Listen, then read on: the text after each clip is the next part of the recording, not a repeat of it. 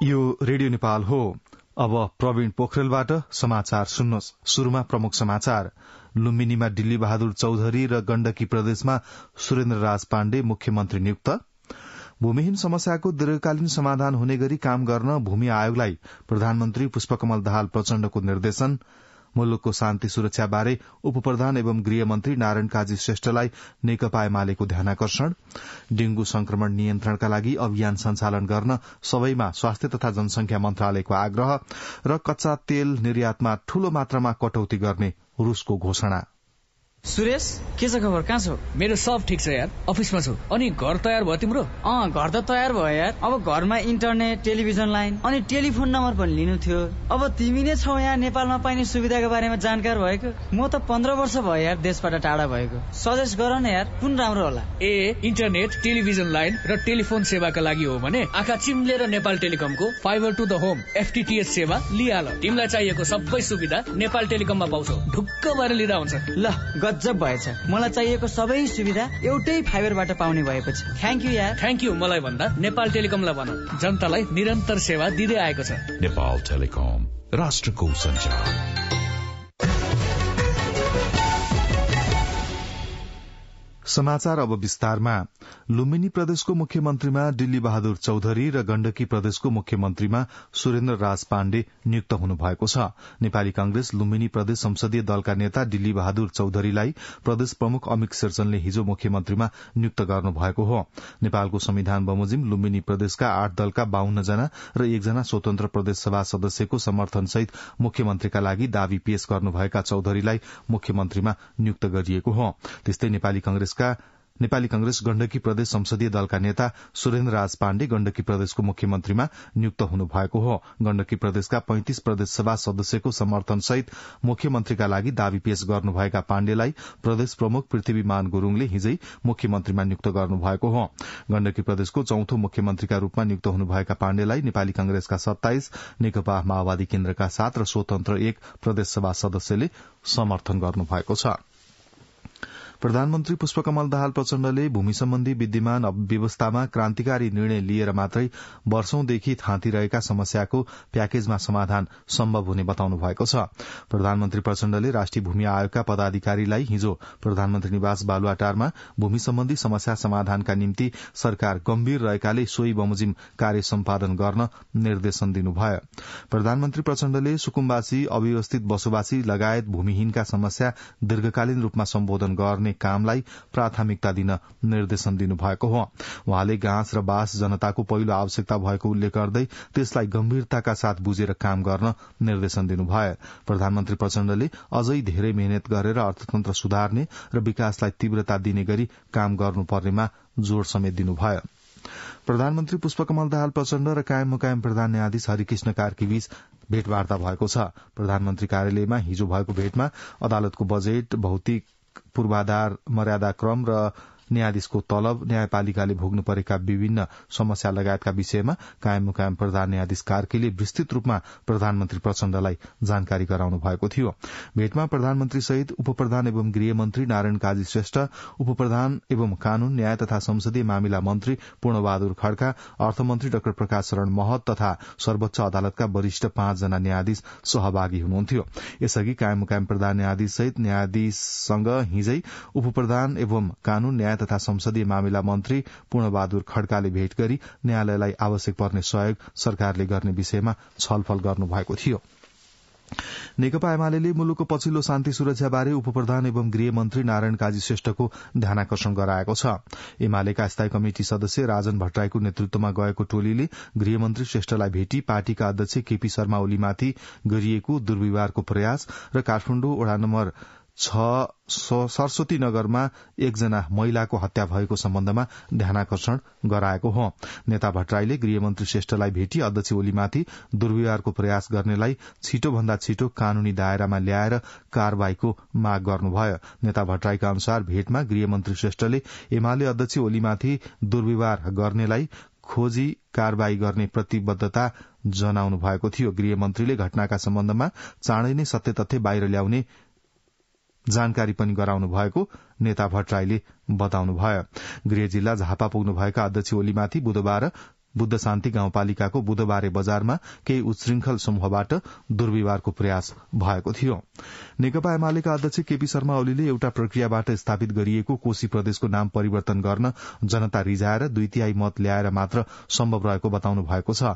नेकपा एमालेको प्रतिनिधि परिषद बैठकका लागि हिजो इलाम पुग्नुभएका अध्यक्ष ओलीले कोशी प्रदेशमा बसोबास गर्ने सबै जात जाति भाषाभाषी र संस्कृतिका आम नागरिकहरू अटाएको उल्लेख गर्नुभयो। अध्यक्ष ओलीले सस्तो राजनीति कसैले गर्न नहुने र समाज जातिलाई भड्काएर राजनीति सफल नहुने बताउनुभयो। राष्ट्रपति रामचन्द्र पौडेलको स्वास्थ्य सुधार उन्मुख रहेको नयाँ दिल्ली स्थित नेपाली दूतावासले जनाएको छ। हिजो दूतावासले विज्ञप्ति सार्वजनिक गर्दै स्वास्थ्य अवस्था सुधार उन्मुख रहेको र स्वास्थ्य परीक्षण रिपोर्ट सकारात्मक आएको जनाएको हो। उहाँको 9 दिनदेखि भारतको नयाँ दिल्ली स्थित all India institute of medical sciences एम्समा उपचार भइरहेको छ। संचार तथा सूचना प्रविधि मन्त्री रेखा शर्माले संचार सम्बन्धी समस्या चाँडै समाधान गर्ने बताउनु भएको छ। प्रेस सेन्टर दाङले हिजो घोराईमा आयोजना गरेको पत्रकार सम्मेलनमा मन्त्री शर्माले सरकार कानून निर्माणका विषयमा गम्भीर रहेको बताउनुभयो। उहाँले कम लगानीमा बढ़ी प्रतिफल दिने योजनाका बारेमा छलफल भइरहेको बताउनुभयो। मन्त्री शर्माले दाङमा संचार नेटवर्कको समस्या भएको ठाउँको पहिचान गर्ने तथा संचार सम्बद्ध समस्याको समाधान गर्ने तयारीमा सरकार रहेको बताउनुभयो। सरकारका प्रवक्ता समेत रहनुभएकी मन्त्री शर्माले संक्रमणकालीन न्यायलाई टुंगोमा पुर्याउन, सीमा समस्या समाधान गर्न, राज्यको शासन प्रणाली व्यवस्थित बनाउने विषयमा सर्वदलीय सहमति जुटाउने गरी सरकारले काम गरेको पनि बताउनुभयो। संस्कृति पर्यटन तथा नागरिक उड्डयन मन्त्री सुदन किरान्तीले राष्ट्रिय ध्वजावाहक नेपाल वायुसेवा निगम नेपाल एयरलाइन्सलाई सुधार्न जस्तोसुकै जोखिम मोल्न तयार रहेको बताउनु भएको छ। नेपाल वायुसेवा निगमको वार्षिक समीक्षा बैठकमा मन्त्री किरान्तीले आफूलाई कुनै पनि दबाव र प्रभावले फरक नपर्ने बताउँदै निगमलाई सुधार्न भरपूर प्रयत्न गर्ने बताउनुभयो। मन्त्री किरान्तीले नेपाल वायुसेवा निगम बिग्रनुमा राजनीतिक नेतृत्व नै जिम्मेवार भएको टिप्पणी पनि गर्नुभयो। बैठकमा उहाँले निगम सुधार्ने मौखिक प्रतिबद्धताको व्यावहारिक कार्यान्वयन गर्न निगमका कर्मचारीहरूलाई निर्देशन पनि दिनुभयो।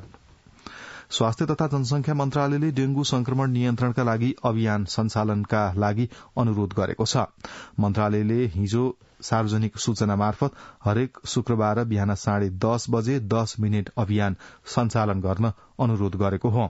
यस्तै सबै सरकारी तथा सार्वजनिक कार्यालयले आफ्ना कार्यालय हाताभित्र र वरपर सबै कर्मचारी सहभागी गराई हरेक शुक्रबार बिहान 10:30 बजे 10 मिनट अनिवार्य रूपमा सरसफाई अभियान सञ्चालन गर्न सूचनामा जनाइएको छ। गत वर्षको डेंगू संक्रमण अत्याधिक भएको भन्दै यस वर्ष समयमै सचेतना अपनाउन अभियान सञ्चालन गर्न सरकारीसँगै निजी सर्वसाधारण तथा सरकारवाला सबैलाई अनुरोध गरिएको मन्त्रालयद्वारा जारी सूचनामा जनाइएको छ।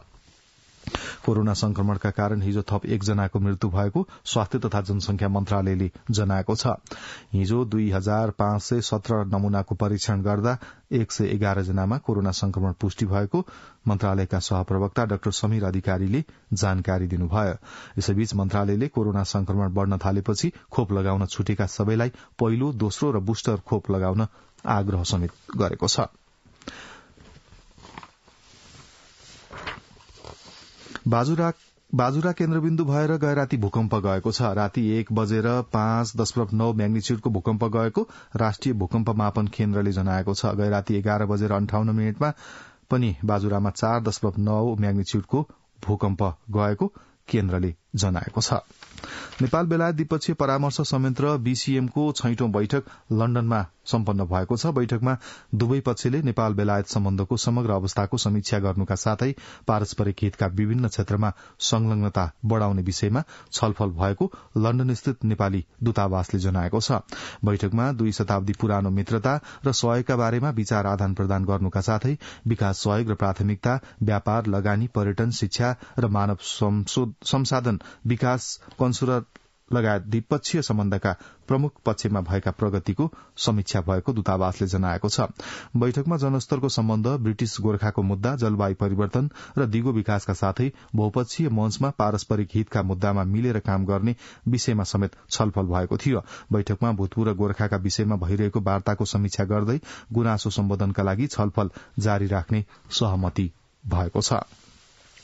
मिटर ब्याज पीड़ितको माग सम्बोधनका लागि गठन गरिएको जाँचबुझ आयोगले जनकपुर धाममा कार्यालय स्थापना गरी कार्य प्रारम्भ गर्न लागेको छ। कार्यालय स्थापना भएसँगै मिटर ब्याजीलाई कारबाहीको दायरामा ल्याउन पीड़ितको निवेदन आह्वान गरिएको आयोगका अध्यक्ष गौरी बहादुर कार्कीले बताउनुभयो। निवेदन वैशाख 17 देखि 31 गतेसम्म 15 दिनभित्र दिनुपर्ने आयोगले जनाएको छ। आयोगका अध्यक्ष कार्कीका अनुसार पीड़ितहरूले आफूसँग उपलब्ध रहेका सबूत प्रमाण सहित अनलाइनबाट सिधै आयोगमा वा जिल्ला प्रशासन कार्यालयमा निवेदन दिन सक्नेछन्।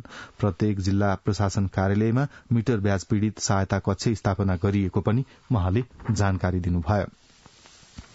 यस वर्षको वसन्त ऋतुमा सगरमाथा आरोहीका क्रियाकलाप निगरानी गर्न पर्यटन विभागले सगरमाथा आधार शिविरमै सम्पर्क कार्यालयको स्थापना गरेको छ। विभागले आरोहण दलसँगै आधार शिविर पुगेर आरोहण अवधिभरको निरीक्षण तथा सम्पूर्ण गतिविधि अनुगमन गर्न आधार शिविरमै सम्पर्क कार्यालय खोलेको हो। यसअघि खटाइएका सम्पर्क अधिकृतहरू आधार शिविर नै नपुगी घरमै बसेर भत्ता खाने, आरोहीले नक्कली फोटो तथा कागज पत्र तयार पारेर आरोहण पूरा गरेको दावी गर्ने गरेपछि सम्पर्क कार्यालय स्थापना गर्नु परेको पर्यटन विभागले जनाएको छ। विभागका आरोहण शाखा अधिकृत विज्ञान कोइरालाका अनुसार वैशाख 25 देखि शुरू हुने अनुमान गरिएको सगरमाथा आरोहणलाई व्यवस्थित गर्न आरोहण अवधिभर 7 जना कर्मचारी खटिने गरी सम्पर्क कार्यालय खोलिएको हो। 6500 मिटर भन्दा माथिका हिमाल आरोहणमा जाने पर्वतारोहीले 1 जना सम्पर्क अधिकारी लैजानुपर्ने कानूनी व्यवस्था छ। यसैबीच विभागका निर्देशक युवराज खतिवड़ाले चौथो शिविरसम्मको बाटो तयार भइसकेकाले चैत 25 सम्म सगरमाथा आरोहण शुरू हुने जानकारी दिनुभयो। विश्व कार्य सुरक्षा तथा स्वास्थ्यका लागि विश्व दिवस आज विभिन्न कार्यक्रम गरी मनाइँदैछ। हरेक वर्ष अप्रिल 28 तारिखमा मनाइने यो दिवस नेपालमा पनि श्रम, रोजगार तथा सामाजिक सुरक्षा मन्त्रालय र अन्तर्राष्ट्रिय श्रम संगठन ILO को संयुक्त आयोजनामा विभिन्न तालिम र जनचेतनामूलक कार्यक्रम गरी मनाइँदैछ। मन्त्रालयका प्रवक्ता डण्डुराज घिमिरेले कार्य सुरक्षा र स्वास्थ्यका लागि राज्यका सबै अंग परिचालित हुनुपर्ने बताउनुभयो। सन् 2003 देखि सुरक्षित स्वास्थ्य र सभ्य कामलाई बढ़ावा दिन यो दिवस मनाइँदै आएको छ। यस वर्षको नारा सकारात्मक, सुरक्षित र स्वस्थ संस्कार निर्माणका लागि सामूहिक पहल गरौं भन्ने रहेको छ। युगकवि सिद्धिचरण प्रतिष्ठानले युगकवि सिद्धिचरण पुरस्कार 2080 प्राध्यापक डाक्टर जयराज आचार्य र युगकवि सिद्धिचरण युवा पत्रकारिता पुरस्कार 2080 चेतनाथ धमलालाई प्रदान गर्ने भएको छ। प्रतिष्ठानका अध्यक्ष बैरागी काइलाको अध्यक्षतामा हिजो बसेको बैठकले श्रेष्ठको 112औं जन्मजयन्तीका अवसरमा आउँदो जेठ 9 गते विशेष कार्यक्रम गरी प्राध्यापक डाक्टर आचार्य र धमलालाई पुरस्कार प्रदान गर्ने निर्णय गरेको हो। युगकवि सिद्धिचरण श्रेष्ठको साहित्य सिर्जनालाई अनुसरण गरी नेपाली साहित्यको विकासका लागि उल्लेख्य योगदान गरे बाबत प्राध्यापक डाक्टर आचार्यलाई युगकवि सिद्धिचरण पुरस्कार र लामो समयदेखि पत्रकारिता क्षेत्रमा उल्लेखनीय योगदान पुर्याउँदै आउनुभएका धमलालाई युगकवि सिद्धिचरण युवा पुरस्कार प्रदान गरिने भएको हो। पछिल्लो समय मोरङका युवाहरू व्यावसायिक पशुपालन तथा च्याउ खेतीतर्फ आकर्षित हुन थालेका छन्। कोशी प्रदेश सरकार तथा स्थानीय तहले अनुदान दिएपछि युवाहरूले व्यावसायिक पशुपालन तथा च्याउ खेती गरेर राम्रो आमदानी समेत गर्न थालेका छन्। विराटनगरबाट संवाददाता कुमुद अधिकारीको यो रिपोर्ट। मोरङको रंगेली नगरपालिका 7 दरवेशाका युवा रविन्द्र ठकुरीले रंगेली नगरपालिका 3 रञ्जनीमा पशुपालन व्यवसाय सञ्चालन गर्दै आउनु भएको छ। उहाँले आफ्नो 6 बिघा जग्गामा भूमि लक्ष्मी कृषि फर्मको नामबाट यो व्यवसाय सञ्चालन गर्दै आउनु भएको हो। कृषि विकास बैंकबाट अनुदानमा ऋण लिएर 8 वर्ष अघि शुरू गर्नु भएको यो व्यवसायबाट राम्रो आमदानी हुने गरेको उहाँको भनाइ छ। मेरो सुरुमा व्यक्तिगत लगानी भने 22-25 लाख रुपियाँ हो। त्यसपछि कृषि विकास बैंकबाट सब्सिडीमा 75 लाख रुपियाँ लिएँ। त्यसबाट थाल्ने गरेको हो। अहिले तत्काल चाहिँ मेरो 25-30 वटा छ। अरू चाहिँ मैले बेचेँ। अब फेरि यो सिजन आए थप्छु अरू। त्यस्तै धनपालथान गाउँपालिका वार्ड नम्बर 6 का युवा गणेश चौधरीले पनि पालिकाबाट 6 लाख रुपियाँ अनुदान पाएपछि च्याउ खेती गर्दै आउनु भएको छ। 8 वटा घर टहरामा च्याउ खेती गर्दै आउनु भएका चौधरीले एक सिजनमा 6 लाख रुपियाँसम्म आमदानी हुने गरेको बताउनु भयो। च्याउ खेतीबाट पहिलादेखि गरेको मैले धनपालथानले पनि अनुदान दिएको छ। उत्पादन सुरु गरेपछि दिनको 2 क्विन्टल सम्म जान्छ। त अब एक सिजनमा खर्च काटेर 5-7 लाख रुपियाँ हुन्छ। कृषिमा व्यवसायीकरण गर्न सरकारले विभिन्न कार्यक्रममा अनुदान दिए पनि अझै पनि कतिपय किसानहरूले सही रूपमा अनुदान पाउन सकेका छैनन्। रोजगारीका लागि विदेश जानुभन्दा मेहनत र लगन भए स्वदेशमै केही गर्न सकिने भएपछि युवाहरूलाई स्वदेशमै व्यवसाय गर्ने वातावरण बनाउन पनि अनुदानको रकम सही ठाउँमा प्रयोग हुनुपर्ने युवा व्यवसायी रविन्द्र ठकुरीको भनाइ छ। लगानी गरेर घर परिवार छोडेर विदेश जानुभन्दा आफ्नै स्वदेशमै कामहरू गर्दाखेरि हुन्छ। सबैभन्दा ठूलो कुरो लगन हो, मेहनत हो। सरकारले गर्नेहरूलाई चाहिँ अनुदान दिनुपर्छ। कोशी प्रदेश उद्योग कृषि तथा सहकारी मन्त्रालयका प्रवक्ता पशुपति पोखरेलले आवश्यकता अनुसार अनुदान पुग्न नसकेका स्थानहरूमा मन्त्रालयले स्थानीय तहसँग समन्वय गरेर सेवा पुर्याइरहेको बताउनुभयो। उपयुक्त जुन चाहिँ माथिल्लो मेरिट लिस्ट भनौं अर्थात चाहिँ त्यो मूल्याङ्कनमा ती सेवाग्राही अर्थात किसानहरू, फार्महरू, सहकारीहरूसँग सम्झौता गरेर कार्यान्वयन गरिन्छ। हामी घर घरमा गएर प्रत्येक गोठमा गएर गर्नको लागि नसक्ने अवस्थामा चाहिँ त्यसरी प्रत्येक ठाउँमा गएर गर्ने काम चाहिँ स्थानीय तह, वडा कार्यालय तिनीहरूले नै गर्ने। गत आर्थिक वर्षमा कोशी प्रदेश सरकार र संघीय सरकारले 4,500 भन्दा बढी किसानलाई अनुदान रकम उपलब्ध गराएको छ। व्यवसाय सञ्चालन गर्दै आएका किसानलाई प्रदेश सरकारले 75% र संघीय सरकारले 50% रकम अनुदान उपलब्ध गराएको हो। कुमोद अधिकारी, रेडियो नेपाल, विराटनगर। कालीगण्डकी नदीको संरक्षण र शालिग्राम शिला बचाउन बागलुङमा कवि गोष्ठी गरिएको छ। शालिग्राम संरक्षणमा आम नागरिकलाई प्रेरित गर्ने, शालिग्रामको महिमाबारे प्रचार प्रसार गर्ने र वातावरण संरक्षणमा चासो बढ़ाउने लक्ष्यका साथ आयोजना गरिएको महोत्सवमा कविहरूले कालीगण्डकी नदी र शालिग्रामको महिमाबारे कविता वाचन गरेका थिए। बागलुङबाट कोपिला कौडेलको यो रिपोर्ट। भुवनभरमा लाग्छ नेपाल राम्रो, हाम्रो प्यारो मुलुक जसमा गण्डकी क्षेत्र राम्रो। कालीगण्डकी नदीको संरक्षण र शालिग्राम शिला बचाउन बागलुङमा कवि गोष्ठी गरिएको छ। बागलुङ नगरपालिका 4 मा रहेको रंगा वेंकटेश्वर मुक्तिनारायण मन्दिर व्यवस्थापन समिति र यहाँ निर्मित शालिग्राम संग्रहालय व्यवस्थापन समितिद्वारा आयोजित शालिग्राम महोत्सवमा सहभागी 2 दर्जन बढ़ी कविहरूले संसारमै भगवान विष्णुको प्रतीक मानिने शालिग्रामको महिमा बारे कविता वाचन गरे। कालीगण्डकीको महिमालाई कवि विष्णु मैत्रेयले यसरी प्रस्तुत गर्नुभयो। शालिग्राम गुडाउँछौ तटभरि चिल्लार काला तिमी, चारैतर्फ बहाउँछौ बगरमा टुक्रा सुनैका पनि। निरन्तर भइरहेको कालीगण्डकी दोहनको पीडालाई कवियत्री रबिना कण्डेलले यसरी व्यक्त गर्नुभयो। गहन कसरी गर्दछौ एका छोड्छन् तिम्रो हृदय तलस्यो अस्त्र फेर्दै अनेक। शालिग्राम संरक्षणमा आम नागरिकलाई प्रेरित गर्ने, शालिग्रामको महिमा बारे प्रचार प्रसार गर्ने र वातावरण संरक्षणमा चासो बढ़ाउने लक्ष्यका साथ महोत्सव आयोजना गरिएको बताउनुहुन्छ शालिग्राम संग्रहालयका परिकल्पनाकार स्वामी ऋषि प्रपन्नाचार्य। ठूलो तपस्या गरेर संग्रहालय बनेको, यस्तो स्थिति बनेको, जुन शालिग्राम बनाउन गण्डकीले करोडौं वर्ष मेहनत गरिन्, ती शालिग्राम बन्न प्रकृतिले करोडौं वर्ष लगाएर जुन शालिग्राम बने, कुनै अंकमा अक्षरमा अर्को स्थितिमा त्यसको मूल्य हुनै सक्दैन। करिब 1,50,000 शालिग्राम शिला रहेको संग्रहालय निर्माण भएपछि पछिल्लो समय बागलुङमा बाह्य तथा आन्तरिक पर्यटकको चाप बढ्न थालेको छ। कोपिला कण्डेल, रेडियो नेपाल, बागलुङ।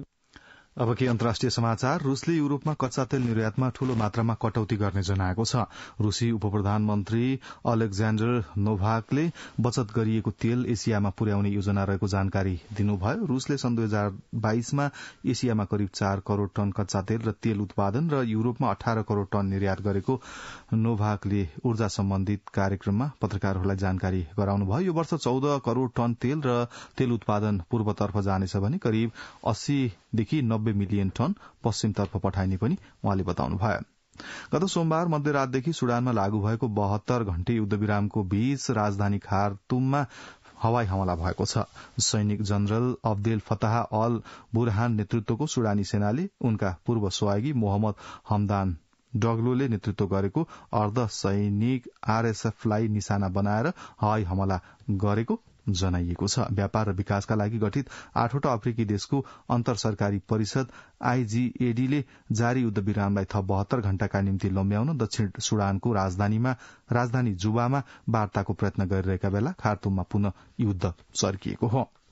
अब आर्थिक समाचार।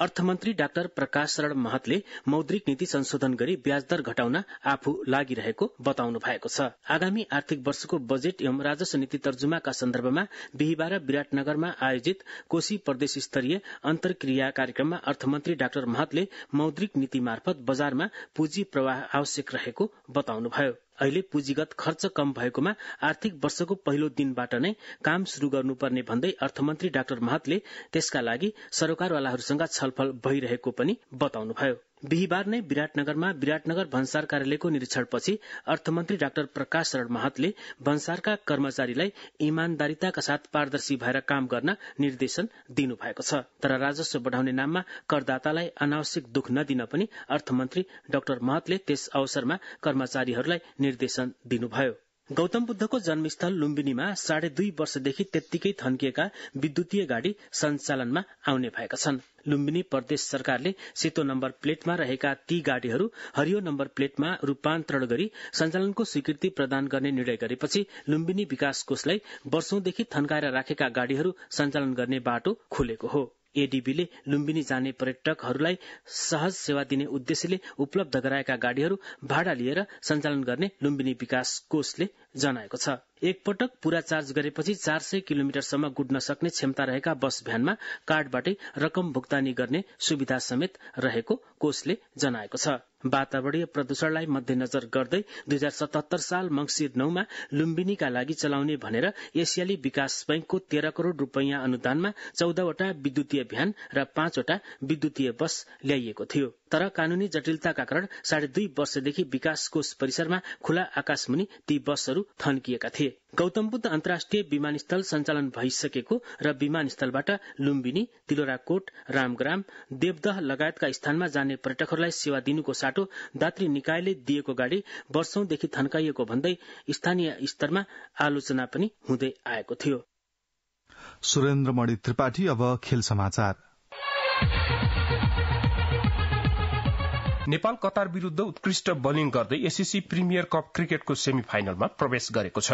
टियु मैदानमा भएको खेलमा नेपाल 68 रनले विजयी भएको हो। नेपालले दिएको 158 रनको लक्ष्य पछ्याएको कतार 25.1 ओभरमा 89 रन बनाउँदै अल आउट भयो। कतारका लागि 3 खेलाड़ीले मात्र दोहोरो अंकमा रन बनाए। खुर्रम शाहजाद र जाहिर इब्राहिमले समान 15-15 तथा अमीर हरिकले 14 रन बनाए। नेपालका लागि सन्दीप लामिछानेले 5 तथा सोमपाल कामीले 3 विकेट लिए। सन्दीपले 9.1 ओभरमा 14 रन खर्चिएर 5 विकेट लिएका थिए। ललित नारायण राजवंशीले 2 विकेट लिए। टस हारेर पहिले ब्याटिङ गरेको नेपालले 40.3 ओभरमा अल आउट हुँदै 157 रन मात्र बनायो।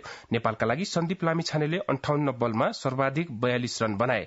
कप्तान रोहित कुमार पौडेलले 36 बलमा 27 रन बनाए। ओपनर आसिफ शेखले 27 बलमा 19 रन बनाए। दिपेन्द्र सिंह ऐरीले 19 बलमा 12 रन बनाउँदा सोमपाल कामी र आरिफ शेखले समान 11 रन बनाए। कतारका लागि अमीर फारिक र ओबाइस अहमदलले समान 3-3 तथा गयान मुनवाराले 2 विकेट लिए। 4 खेलमा 3 जित र 1 खेलमा अंक बाँडेको नेपाल समूह ए को शीर्ष स्थानमा रहँदै सेमी फाइनल पुगेको छ। शनिबार नेपालले समूह बी को उपविजेतासँग फाइनल खेल्नेछ। शहीद स्मारक ए डिभिजन लीग जेठ 27 मा सम्पन्न गर्ने गरी अखिल नेपाल फुटबल संघ एन्फाले बिहीबार खेल तालिका सार्वजनिक गरेको छ। 13औं चरणको खेल शुरू हुने दिन एन्फाले 14औं देखि 26औं तथा अन्तिम चरणको खेल तालिका सार्वजनिक गरेको हो। वैशाख 17 गते मछिन्द्र क्लब र सार्दोबाटो युथ क्लब बीचको प्रतिस्पर्धासँगै 13औं चरणका खेल सकिनेछन्। एक दिनको विश्रामपछि वैशाख 19 बाट पुनः लीग शुरू हुने तालिका रहेको छ।